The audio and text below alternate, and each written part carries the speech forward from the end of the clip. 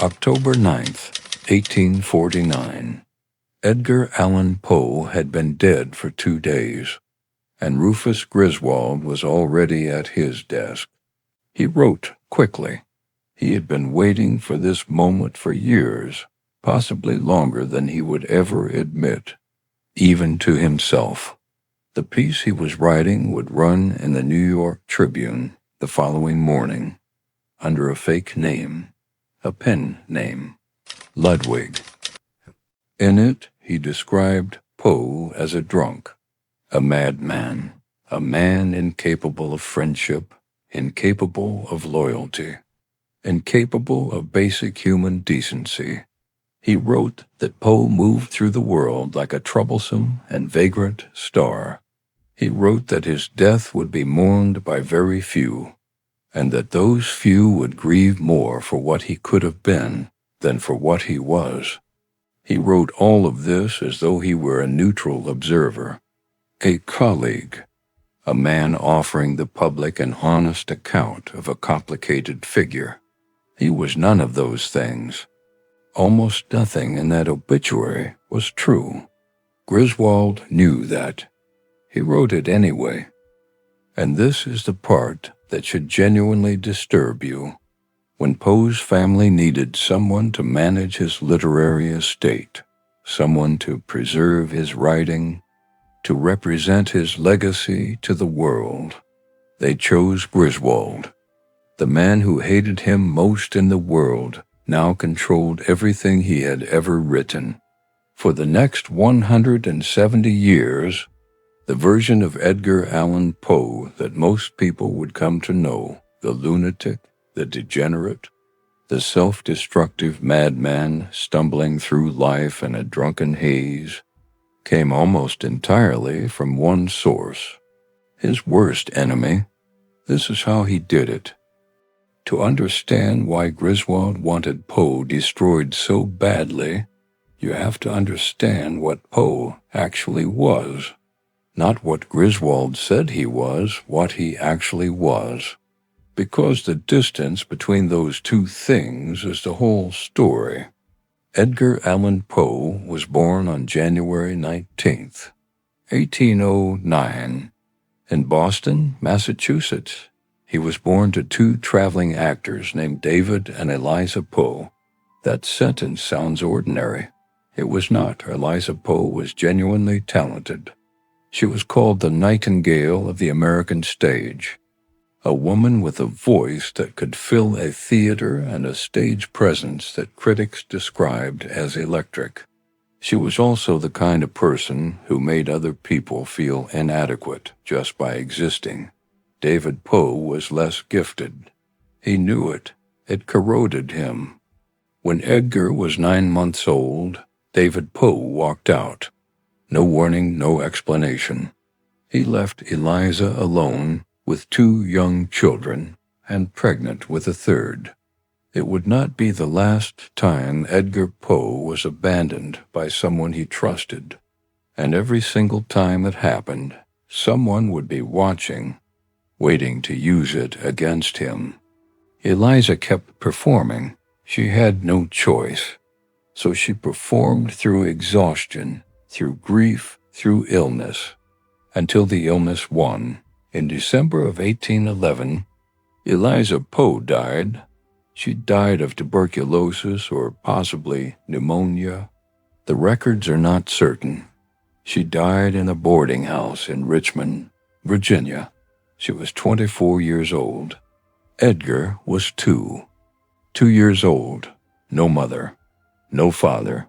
3 children scattered to separate homes like objects being divided up. Edgar was taken in by a couple named John and Frances Allen, a childless tobacco merchant and his wife who had helped care for Eliza in her final weeks. They gave Edgar their name. They gave him a home. They never gave him a guarantee. And from that moment, Poe would spend the rest of his life behaving like a man who knew that everything could disappear without warning. That instinct would drive him to create at a pace that seemed almost panicked. It would also make him exactly the kind of person that someone like Griswold could exploit. John Allan was a self-made man in the most demanding sense of the phrase. He believed in work, discipline, the practical value of things. He was not a cruel man exactly, but he was a man who understood power, and he was never going to let Edgar forget who held it. He would never formally adopt Edgar. That distinction, foster son, not son, was something Allan returned to whenever Edgar needed reminding. A ceiling disguised as a home. Frances Allan was different. She loved Edgar the way a woman who had always wanted a child loves the child she finally has. She dressed him in velvet suits. She called him her boy. Edgar worshipped her. And the intensity of that attachment, the way Poe reached for love with both hands whenever he found it, would become one of the things Griswold twisted most viciously.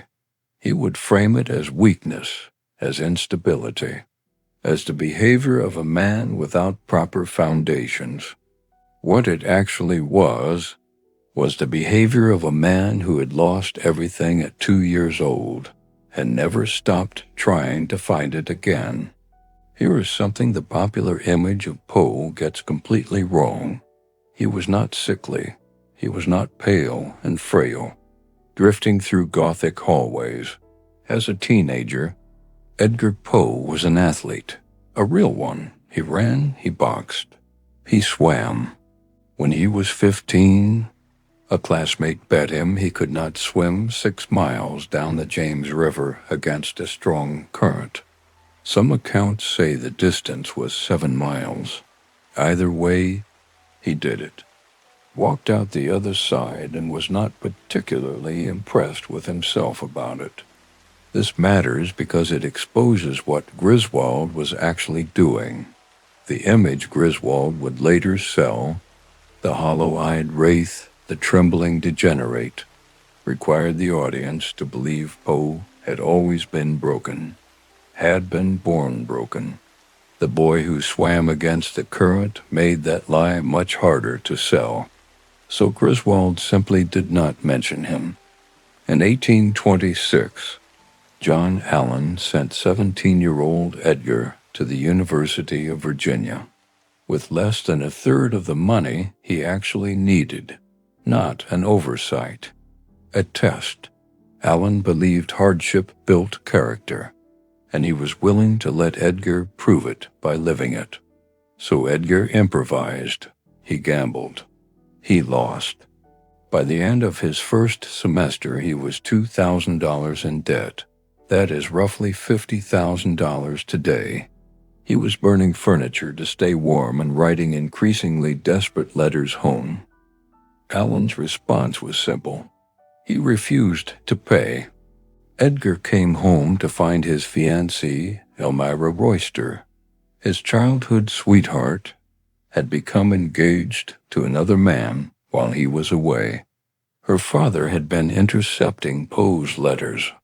In the span of a few months, no education, no financial future, no Elmira. He was 17.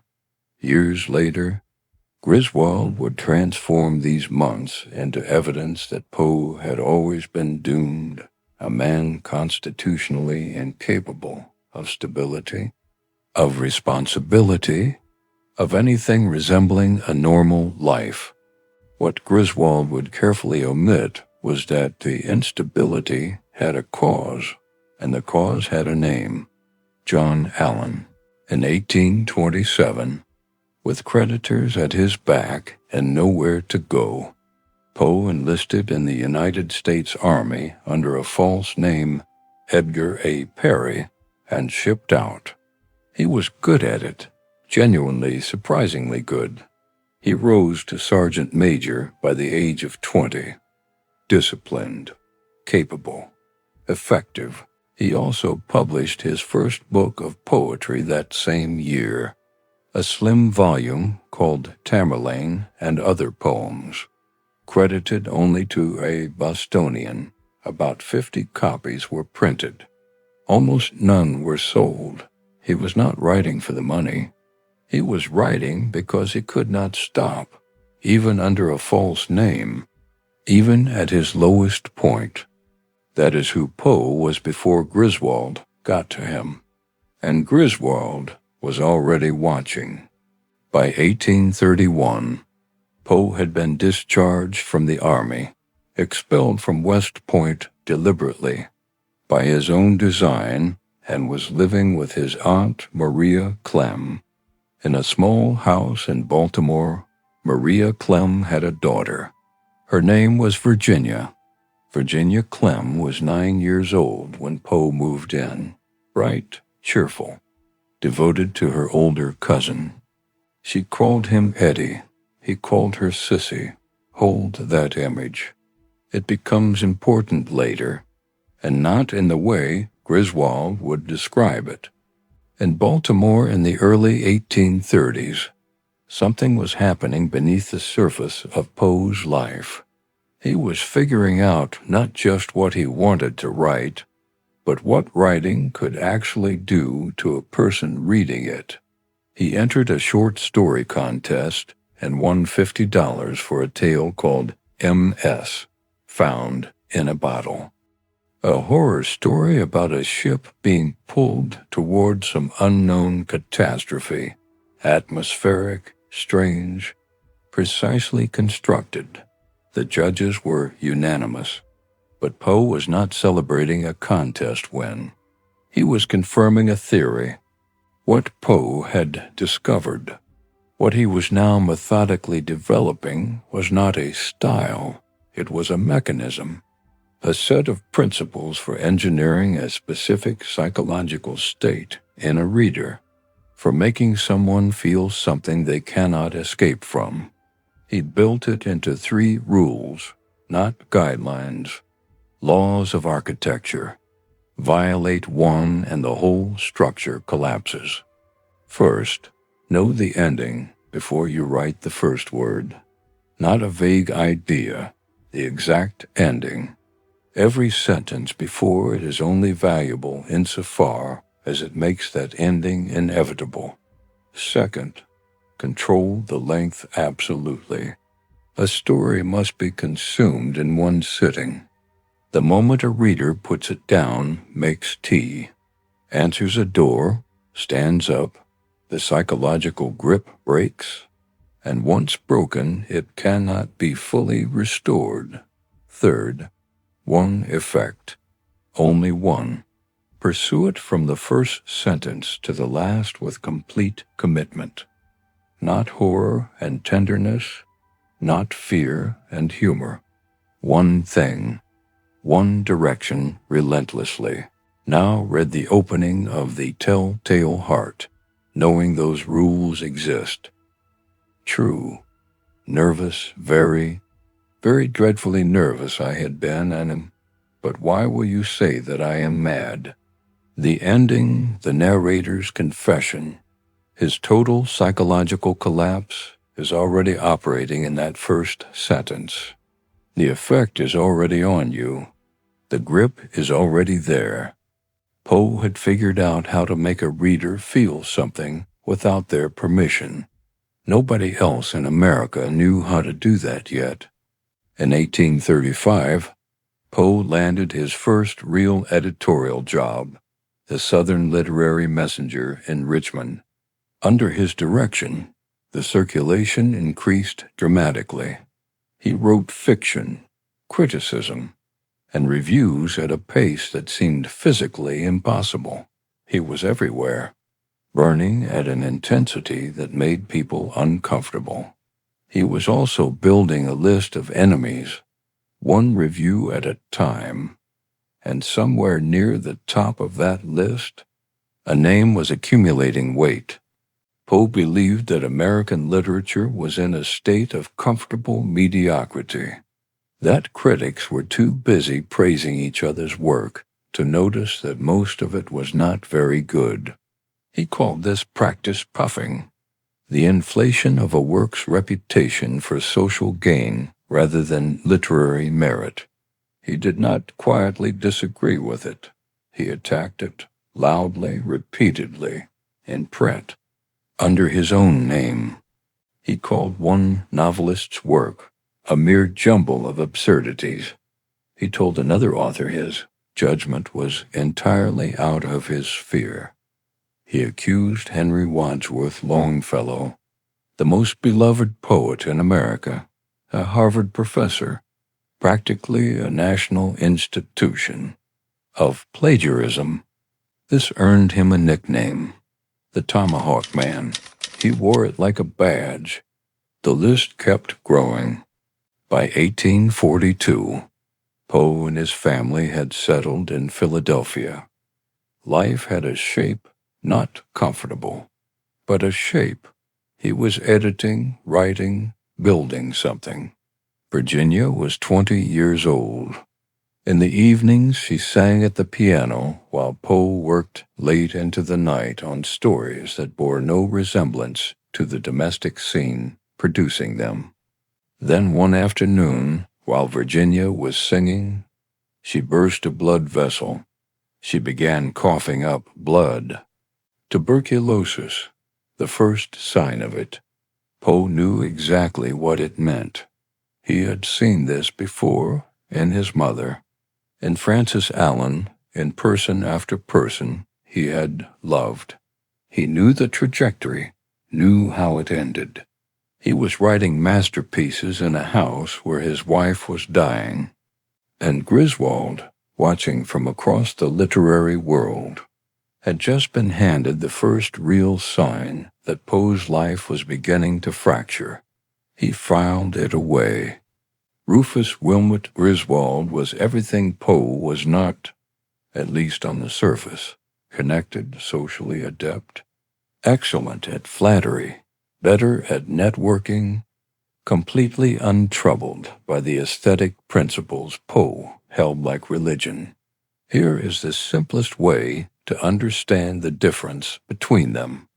Griswold believed literary reputation was something you negotiated. You built relationships, exchanged favors, managed perceptions.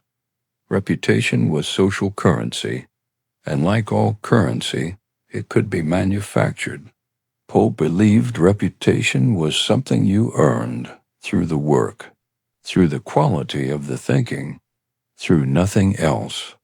That is not just a philosophical difference. It meant they were playing completely different games, and only one of them had figured that out. In 1841, Griswold began compiling the definitive anthology of American poetry, The Poets and Poetry of America. To be included was to be legitimized. To be excluded was to be erased. Poe needed to be in it. Griswold knew Poe knew it. Griswold included a few of Poe's poems, a gesture, then asked Poe to review the anthology in return. This was the deal. This was how the game worked. Poe reviewed the anthology honestly, said what was good, said what was weak, noted that Griswold's critical judgment was, in several instances, simply worthless. Griswold never forgave him, not for the criticism itself, for the refusal, for the statement, implicit but unmistakable, that Poe would not play the game, that he considered it beneath him. To a man who had built everything on the exchange of favors and the careful management of perception, this was not just an insult. It was proof that Poe could not be bought, could not be flattered, could not be controlled. And Griswold understood, for the first time with cold clarity, that the only way to destroy a man like that was to wait until he was no longer alive to defend himself. He began to wait. The list kept growing. By 1844, Poe had moved to New York, 35 years old, perpetually broke, writing at a pace remarkable even by his own standards. Virginia's tuberculosis was progressing. The blood vessel had been the first sign, not the last, and the fear of losing her had become a permanent weather system inside the house.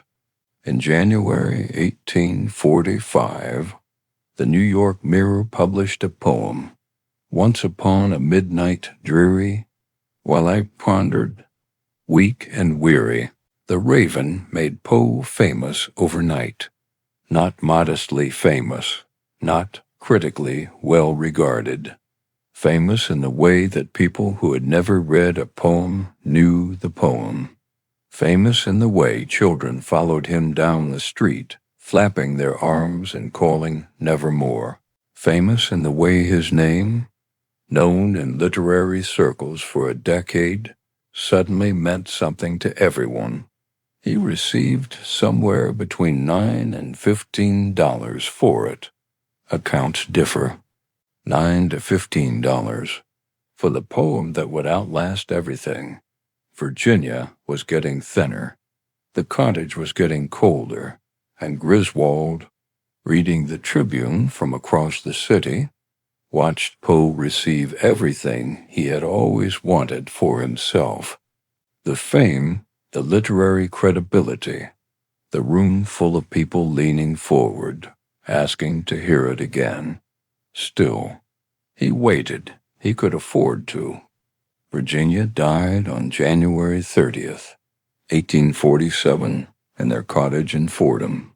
New York, she was 24 years old, the same age his mother had been. Poe had known it was coming for years. But knowing a thing is coming does not prepare you for it. It just means you suffer twice. Once in anticipation, once in reality. He fell apart. He published almost nothing in 1847. In his own words, "I became insane with long intervals of horrible sanity. During these fits of absolute unconsciousness, I drank, God only knows how much or how often." This is where Poe's relationship with alcohol becomes important, and where it has been most grotesquely distorted. Poe was not the daily bottomless drunk of popular imagination. His family documented that alcoholism ran in the Poe bloodline across generations. What that manifested in Edgar was a severe and specific sensitivity. A single glass could render him visibly intoxicated. He went long periods without drinking at all. But when he drank, he could not stop. Griswold knew this. He had been collecting it for years.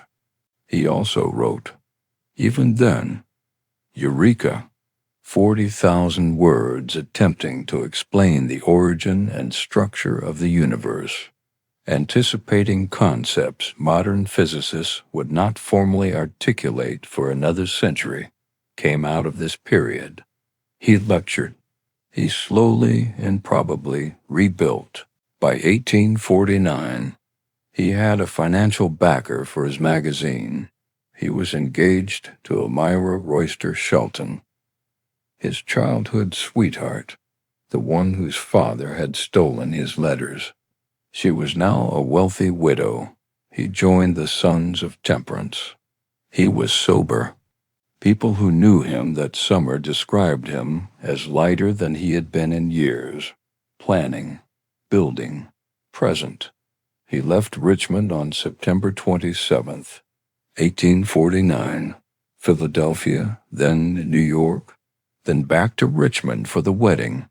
He never made it, and Griswold's wait was finally over. On September 28th, Poe arrived in Baltimore.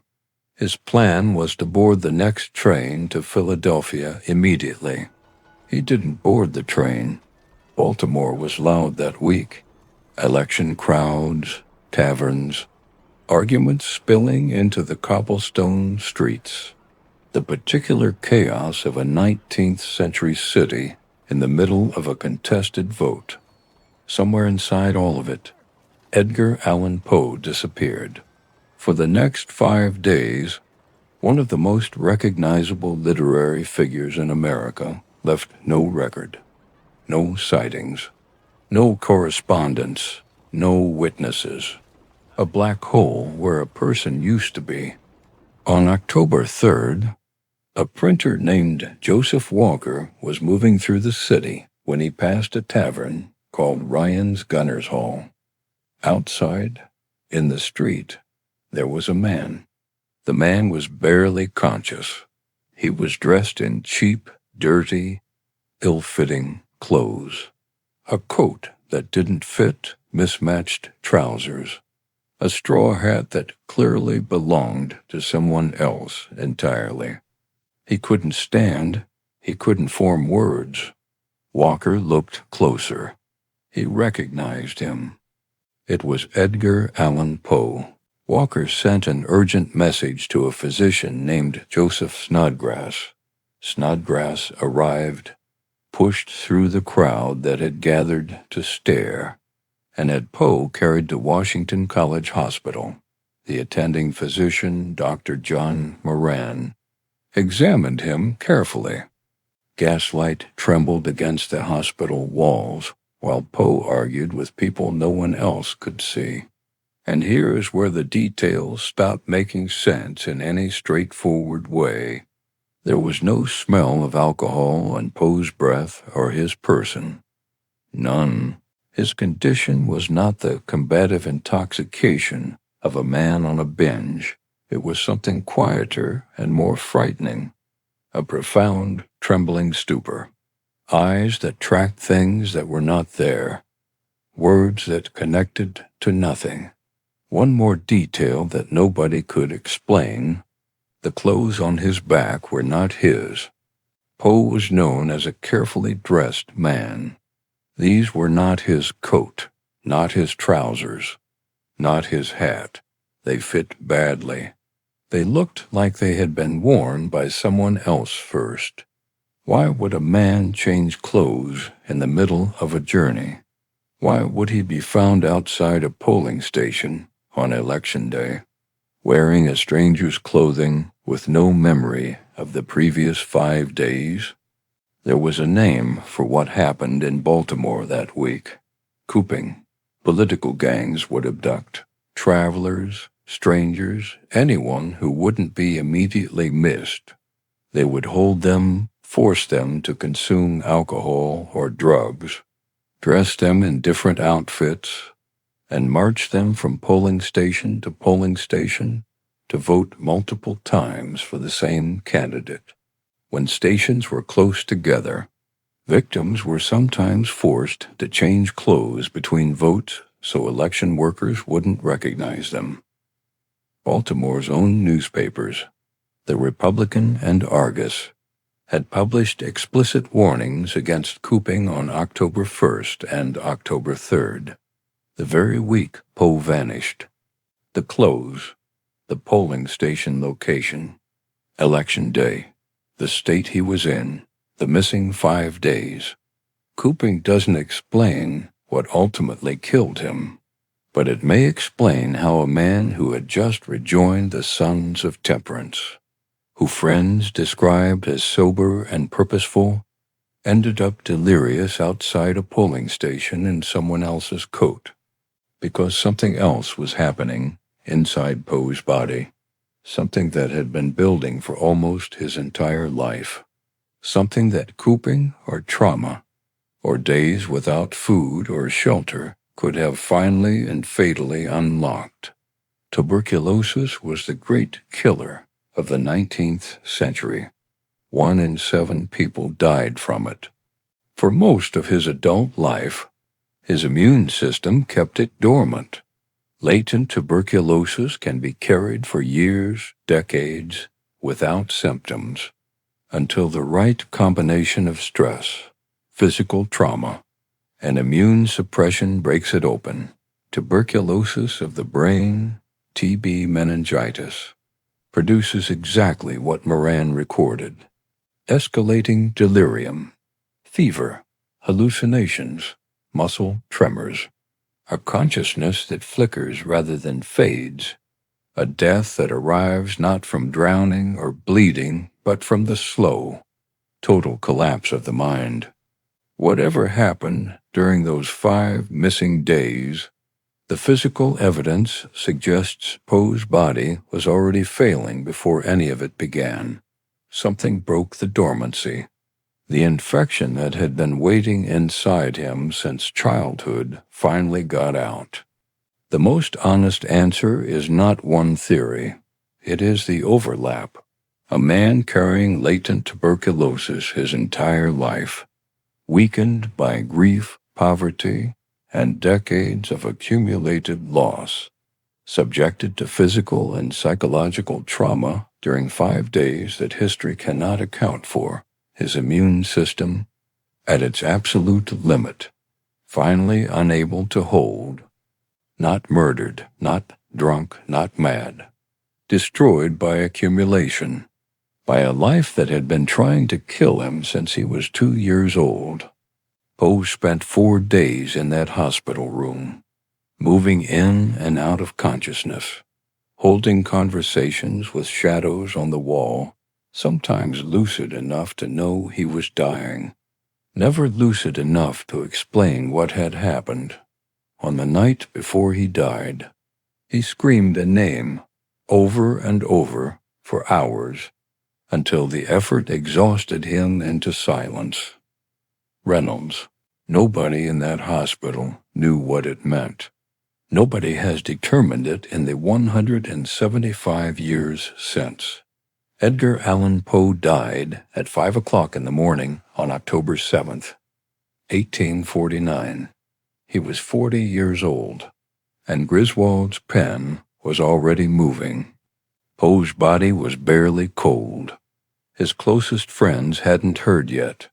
Maria Clem, his aunt, his mother-in-law, the woman who had sat beside him at night while he wrote and kept his pens in order, did not yet know he was gone. The people who had defended him through decades of struggle were still living in a world where Edgar Poe existed. Griswold didn't wait for any of them. 2 days after the death, before most of the people who loved Poe knew there was anything to grieve, Ludwig's obituary ran in the New York Tribune. Edgar Allan Poe is dead. He died in Baltimore the day before yesterday. This announcement will startle many, but few will be grieved by it. While the body was still in Baltimore, while Maria Clem was still waiting for a letter that would never come, this was the opening move, calculated with precision that was almost clinical in its coldness. Griswold understood something fundamental. The first account of a person's death shapes everything that follows. Corrections don't travel as far as the original lie. Retractions don't reach the people who read the first story. If you establish the version fast enough and deep enough, it grows roots before anyone can pull it out. The obituary described a man who was friendless, dissolute, morally depraved. A man whose genius was real, but whose character was irredeemably broken. It read as reluctant honesty, the kind of thing a responsible journalist might write about a complicated figure he personally admired, but intellectually had to be truthful about. It was fiction, sophisticated, carefully constructed fiction, written by a man who knew Poe well enough to make every lie sound exactly like something that might be true. But Griswold wasn't done. Through arrangements historians still struggle to fully explain, Griswold secured the position of literary executor for Poe's estate. Maria Clem, destitute, devastated, with no income and no prospects, agreed to it. She may not have understood what she was agreeing to. She may have simply had no other choice. Either way, the man who had just written a fictional obituary to destroy Poe's reputation now had legal control over every word Poe had ever written. In 1850, Griswold published a collection of Poe's works, and buried inside it a biography he had written himself. He called it Memoir of the Author. In it, he forged letters, not paraphrased, not embellished, forged, documents purportedly written by Poe that Poe never wrote, containing admissions and confessions and expressions of moral weakness that fit Griswold's narrative with suspicious perfection. He fabricated incidents. He took real events and distorted them past recognition. He'd built a complete human being out of malice and invention and presented it to the world as biography. Poe's friends fought back. George Graham published a widely circulated letter calling the biography the fancy sketch of a jaundiced vision. Nathaniel Parker Willis and John Neal rushed into print with first-hand accounts that contradicted Griswold's version directly and specifically. The corrections landed, and then they faded, because Griswold controlled the texts. He controlled what was published, reprinted, distributed, and the image of the tormented, depraved. Self-destructive genius was simply more interesting, more dramatic, more romantic, more sellable than the truth of a hard-working, disciplined, and possible man trying to build something in a country that kept refusing to pay him for it. The con worked. For 170 years, it worked. Here is the thing about Griswold's plan that he could not have anticipated. It worked too well. The version of Poe he created the tortured outcast, the genius on the margins of respectable society, the man who lived and died in darkness, was not the image of a cautionary tale. It was the image of a romantic hero. In France, a poet named Charles Baudelaire discovered Poe's work in 1847 upon reading a translation of The Black Cat. He read Griswold's version of Poe, the Obituary, the forged biography, the manufactured legend of the dissolute genius driven to ruin by a Philistine society, and instead of being repelled, he was electrified. This was the artist as martyr, the visionary persecuted by a civilization incapable of understanding him. Everything Baudelaire believed about what it meant to be a true artist, he found it in Griswold's invented version of Edgar Poe. Baudelaire spent 17 years translating Poe's work into French, presenting him to European audiences not as an American curiosity, but as a world literary figure, a prophet who had arrived before his time. Through those translations, Poe became a foundation of French symbolism. His influence moved through French literature and back into English, into German, into Japanese. A writer named Taro Hirai derived his entire pen name, Edgar Allan Poe, from the phonetic pronunciation of Edgar Allan Poe's name. Arthur Conan Doyle acknowledged openly that Poe's detective, see August Duping, was the direct model for Sherlock Holmes. Every detective story written in the last 180 years descends from 3 short stories Poe wrote while his wife was dying and his editor was threatening to fire him. The Edgar Awards, the most prestigious prizes in mystery fiction, are named for him. The Baltimore Ravens NFL team is named for his poem. Griswold wanted to bury Poe's reputation alongside his body.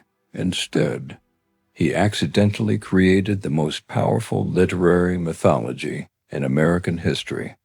The very portrait he painted, the misunderstood genius, The man destroyed by a world too small for him became the thing that made Poe irresistible to every generation that followed. Every one of those ideas was Griswold's invention, and every one of them made Poe immortal. Griswold had spent decades compiling a list of Poe's failures. He had just added himself to it. So what do we do with all of this? The real Edgar Allan Poe was a man who swam miles down the James River against the current at 15, who rose to sergeant major in the United States Army by 20, who invented the detective story, who wrote a cosmological essay that anticipated the Big Bang by nearly a century, who edited magazines almost entirely by himself while writing some of the most psychologically sophisticated fiction in the English language, late at night at a kitchen table, while his wife played piano in the next room and he was trying to figure out how to keep the lights on. He was also a man who drank in ways that destroyed him, who made enemies at a frequency that was sometimes self-sabotage and sometimes just the cost of honesty, who married his 13-year-old cousin, uncomfortable regardless of context, who begged for money in letters that mixed desperation and dignity in ways that were heartbreaking to read, who fell apart when the people he loved died, and they always died, and there were so many of them, and they were always 24. He was not the monster Griswold built. He was not the saint his defenders needed him to be either. He was a man, specific, contradictory, brilliant, broken, who wrote things the world wasn't ready for, in a form nobody had invented before him. He wrote out of a life that had been trying to kill him since he was 2 years old. Griswold died in 1857. His reputation collapsed almost immediately after. The forgeries were exposed, the fabrications documented, his biography dismantled piece by piece, forged letter by forged letter. He is remembered today almost exclusively as the man who lied about Edgar Allan Poe. He did not get away with it. Not in the end. On October 7th every year, in a small cemetery in Baltimore, people gather at Poe's grave for decades, from the 1930s until 2009. An anonymous figure known only as the Poe Toaster would appear in the early hours of the morning, dressed in black. He would leave 3 red roses and a half bottle of cognac at the headstone. Nobody knows who it was. Nobody asked. Griswold spent everything he had trying to make the world forget Edgar Allan Poe. The work outlived the lie. Is all that we see or seem but a dream within a dream? He wrote that. Not Griswold's Poe, the real one.